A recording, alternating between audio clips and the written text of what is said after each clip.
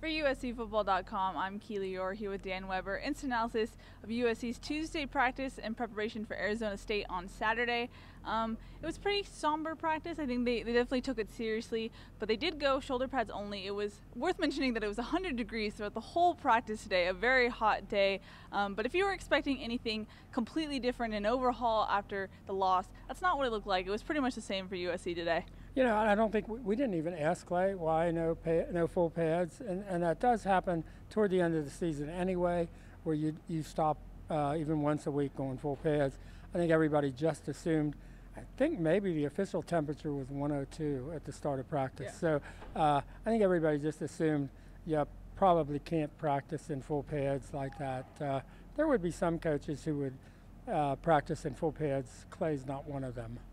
Well, that also begs the question, if they're going to the desert, they're going to Arizona, they had tackling issues against Utah and now Notre Dame, wouldn't you think that they would come out in full pads today? Is it that big of a deal? It's a deal, and it's part of a deal. I think if you're not down, if you're not giving the ball up, if you're not turning it over, if you're not in a 21-0 hole before you really get started, maybe it's a different story at Notre Dame. But, you know, that's the way it was. There's almost nothing you can do. I mean, you know, Sam even talked about his one interception because he really had an efficient game, 20 of 28 and 230 yards in 3 quarters and a couple of touchdowns. But he even talked about, I was trying to get all 21 points back at one time with one throw, and I just, you know, I threw it in there and probably shouldn't have done that. So I think that affected everybody, probably affected the tackling. I think they're just going to be dependent on we're going to come out. We're not going to put ourselves in a hole, and we're going to tackle well enough. We'll see if that's true. One of the better tacklers is Iman Marshall, and he's got an MCL. Day to day, wasn't in pads today. Has a brace on his knee. Some people would say, "Boy, he's really limping." For me, I thought he was actually moving better than I expected to see him.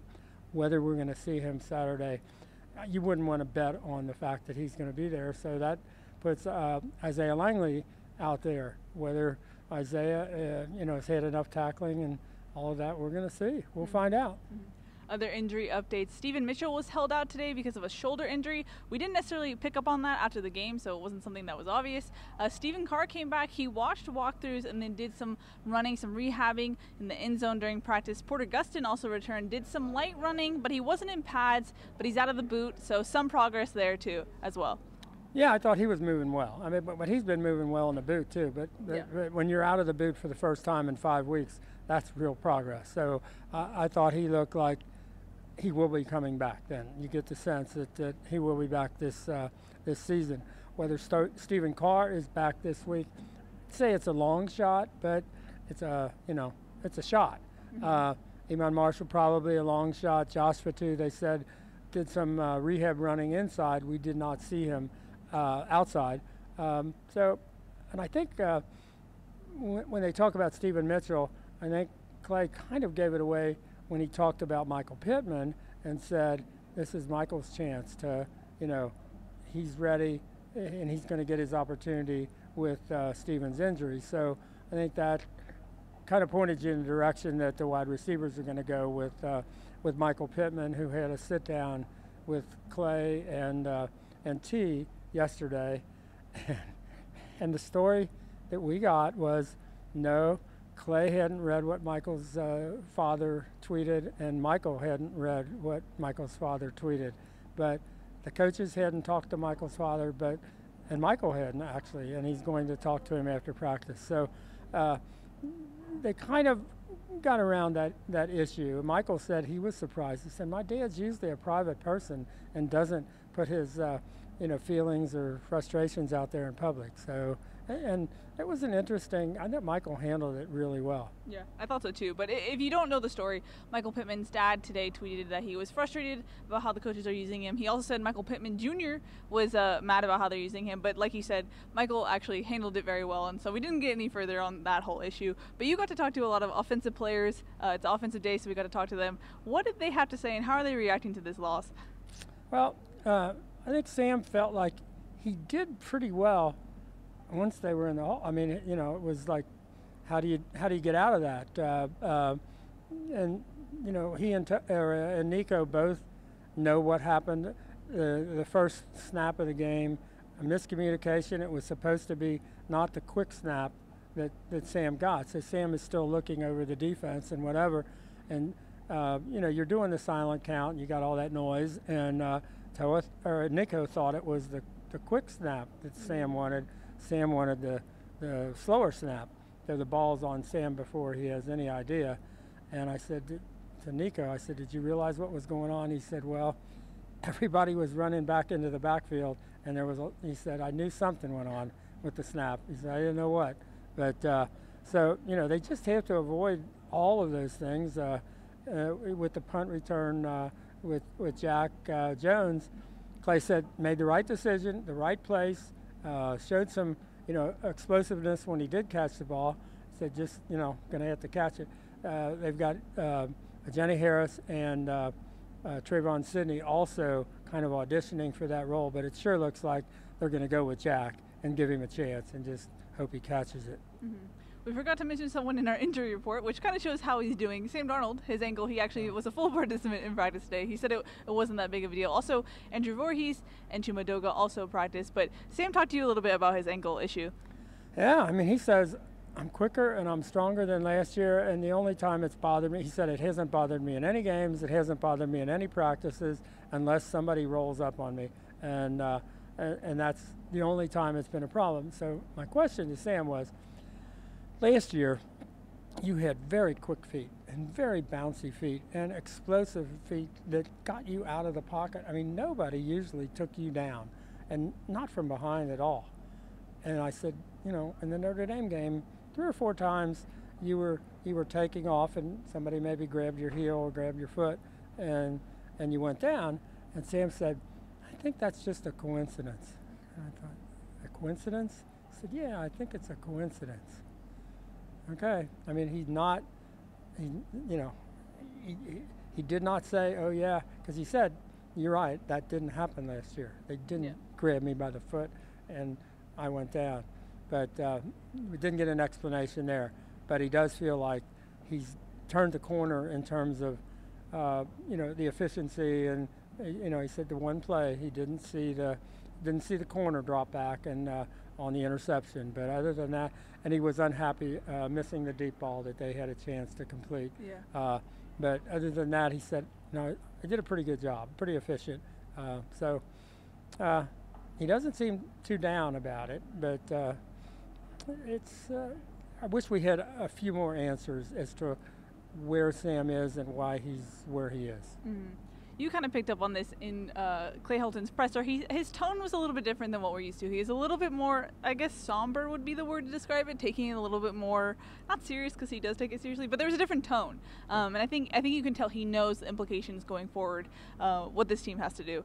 Yeah, this game is, you know, you could make the case that this is as big a game as Clay's had in 2 years. And it's probably a game they can't afford to lose. So, you know, and they did go back. It's interesting. If there were any changes, I think they went over, here's what we did last year. And they showed video of guys being interviewed, guys who are no longer here, but who were explaining what happened to change things, turn it around last year. The big emphasis last year was getting all the little things right, all the techniques right. One of the explanations, for example, for the number of, they didn't have missed assignments much in the offensive line, but they had physical beats, is the word, physical beats. And Clay said, and Nico agreed, a lot of those physical beats were from guys just having, you know, the hat, as Clay would say, the hat on the wrong side. Or they just, you know, a little part of the technique went bad, and so you get beat physically, but it's more, Nico said, it's a mental thing. When we're getting beat like that, that's a mental thing, where one guy is just doing one thing that's not right. And it results in a physical beat, but it starts with a mental. And he said a lot of the changes in personnel on the offensive line has caused that, but they do not accept the fact that Notre Dame just physically manhandled them. They think it was them not doing things exactly the way they were supposed to, and that caused them to get physically beat. I know that's a point of view that people will debate for sure. Yeah. What is your thoughts on this? I mean, there's a lot of things in today's media scrum, if you will, that left us asking questions. Yeah, I don't see them as attacking as forcefully, for example, as Notre Dame. They did not attack Notre Dame as forcefully on either side of the ball as Notre Dame attacked them. Now, some of that you could say Notre Dame knew exactly what the heck they were doing and how they were doing it and who they were doing it with, and USC didn't. So you could say some of that is the uncertainty.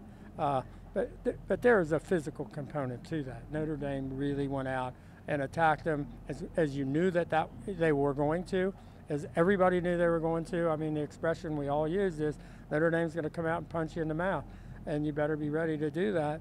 And I did ask Nico, what does it take for USC to walk away from a game and for the people who are looking at the game to say, wow, that was a physical USC football team. They really brought it. That was, because we hear that about teams you're playing, we haven't heard it much about you.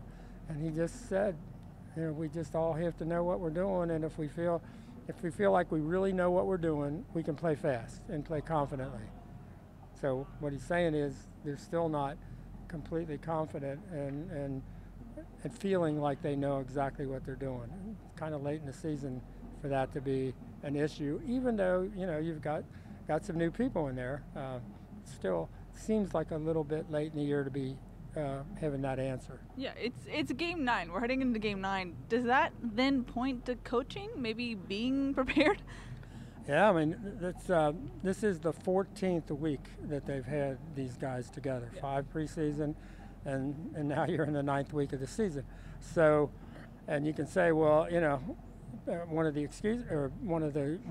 excuses, whatever, is, oh, we haven't had any buys. Well, but the other side of that is you had them every single week, and they ought to be in a place where maybe they shouldn't get manhandled like that because they think they really don't know what they're doing. Yep. All right, well, we'll see how that goes. We'll see on Wednesday who comes back injuries-wise. But for Dan Weber, I'm Keely Eure. For more, check out uscfootball.com.